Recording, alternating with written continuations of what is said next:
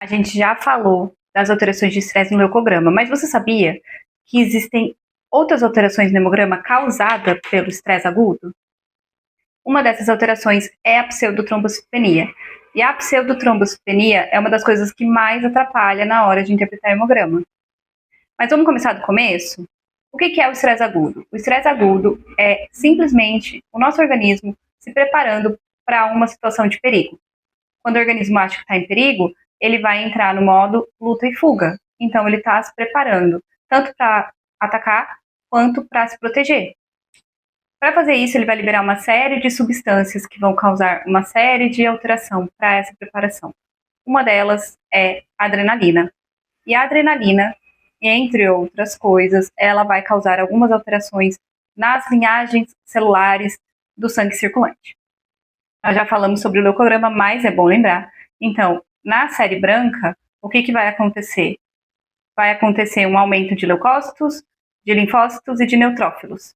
A adrenalina, ela vai promover uma liberação desses linfócitos na circulação. Ela muda ali a dinâmica dos linfócitos, ela muda a dinâmica dos neutrófilos, fazendo com que aumente o número dessas células na circulação. Aumentando as duas, vai causar um aumento de leucócitos totais.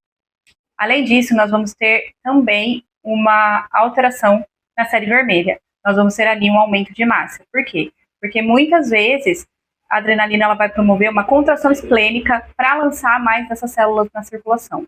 Para quê? Aumentar a oxigenação. Então, você aumenta o número de amassas, aumenta o número de captação de oxigênio, porque nós vamos, se nós estamos correndo e tal, nós vamos estar respirando, né, com dificuldade ou respirando muito, e aí nós precisamos de mais células para captar esse oxigênio.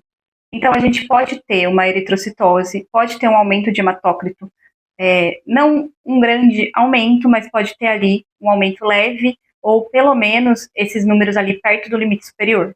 Já é mais um indicativo que esse animal esteve ali sobre um estresse.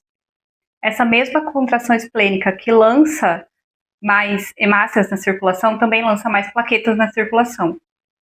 E as plaquetas, o mesmo motivo. Né? Se você está se preparando para ser atacado, você precisa preparar a sua defesa. Ou seja, essas plaquetas elas precisam estar prontas para fazer o papel delas. E o que é o papel delas? O papel das plaquetas na coagulação é formar o tampão plaquetário. Então, você precisa de mais plaquetas e essas plaquetas ativas. Então, além de ter mais plaquetas na circulação, essas plaquetas estão ativas. E só com isso a gente já pode ter duas alterações ali no hemograma. Então, é comum você ver animais sob estresse agudo, você pega ali o hemograma, você tem esse leve aumento ali, essa leve eritrocitose, você tem o leucograma de estresse, com um pouco de neutrofilia, um pouco de linfocitose e tal. E aí você tem também esse aumento de plaquetas, você pode ter as plaquetas passando ali do valor de normalidade delas ou até próximo ali do limite superior.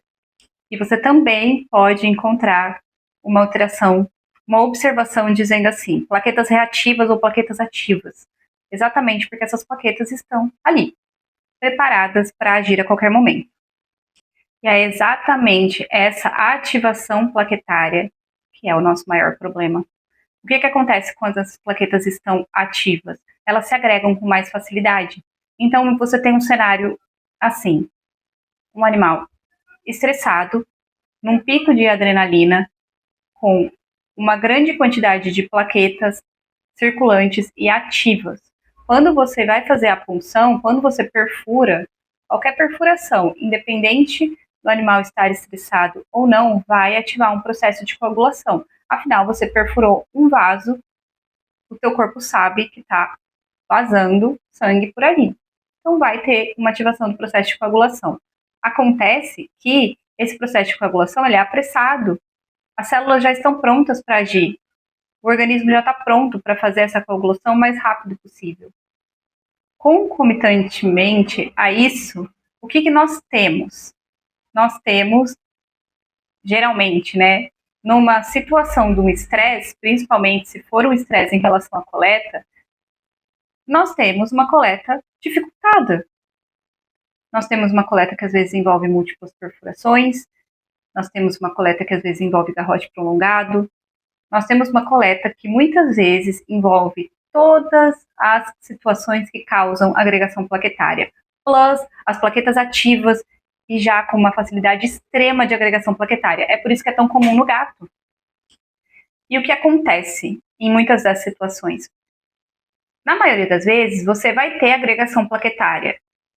E quando você tem uma agregação plaquetária no laudo, esquece essas plaquetas. Não tem número de plaqueta ali, não tem númerozinho de plaqueta para contar a história. Ah, se você tem agregação plaquetária e você tem um número normal de plaqueta, que bom, né? Problema menos. Agora, se você tem agregação plaquetária e você tem um número baixo de plaqueta, esquece esse número baixo de plaqueta. É impossível a gente afirmar que aquele número está normal ou está baixo. Outra dúvida muito frequente. Mas eu não acho que ele estava estressado, principalmente quando é cachorro, né? Quando é gato. Gato é estressado, né, gente? Quando é cachorro, muitas vezes vem isso. Eu não acho que ele estava estressado. Não foi tão difícil a coleta. A coleta foi tranquila. Porque tem muito animal que quando ele tá com medo, não é aquele medo, não é o medo do gato, né? Que ele se esconde, que ele fica agressivo, que ele tenta atacar. Tem muitos animais que é aquele medo que ele paralisa. É fácil de manipular ele, então as coletas acabam não sendo tão difíceis, mas você tem ali a presença da adrenalina, o pico de adrenalina e todo esse processo acontecendo. Então, o que você tem que fazer? Nesse caso, tem que recoletar. Se ficou alguma dúvida, tem que recoletar. Como que você decide isso, né? Se ficou dúvida ou não? Primeiro, vamos levar em consideração a clínica, né? Tem alguma clínica, esse animal tem alguma clínica que você já fosse esperar, né? Uma trombocitopenia, a tua suspeita envolve uma trombocitopenia, né? Para você se preocupar assim, ou ter que tirar essa dúvida. De qualquer forma, envolvendo ou não, quer tirar a dúvida, tem que fazer uma recoleta. Não tem como a gente afirmar nada com aquele número de plaqueta. Uma dica é olhar para o hemograma todo, né?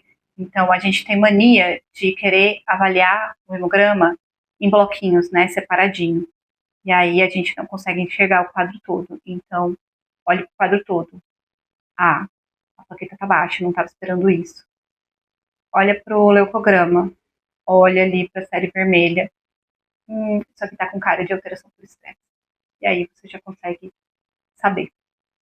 Além das plaquetas, nós podemos ter alteração em outros exames. Podemos ter alteração na glicose. Luta e fuga, nós vamos precisar de energia para isso. Tem um aumento da gliconeogênese e um aumento dos níveis de glicose, principalmente no gato, podendo ter até um aumento da glicosúria. Então, nós podemos ter glicose na urina decorrente de estresse em gatos.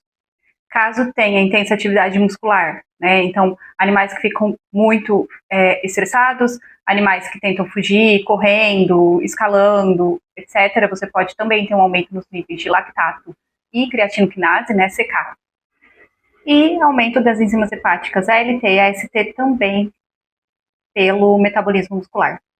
Então é isso. Toda vez que a gente tem uma coleta difícil ou uma coleta estressante, é importante levar em consideração as alterações por estresse, né, causada nos exames. Também, em casos de contenção difícil, aquele gato, sabe, que escala a parede, leve em consideração as alterações por metabolismo muscular. Em gatos, é muito comum a glicosúria por estresse. Não é uma coisa difícil de acontecer. E é isso. Quando possível, a gente desconta as alterações por estresse e analisa o exame da mesma forma. Quando não for possível, a recoleta é o mais indicado.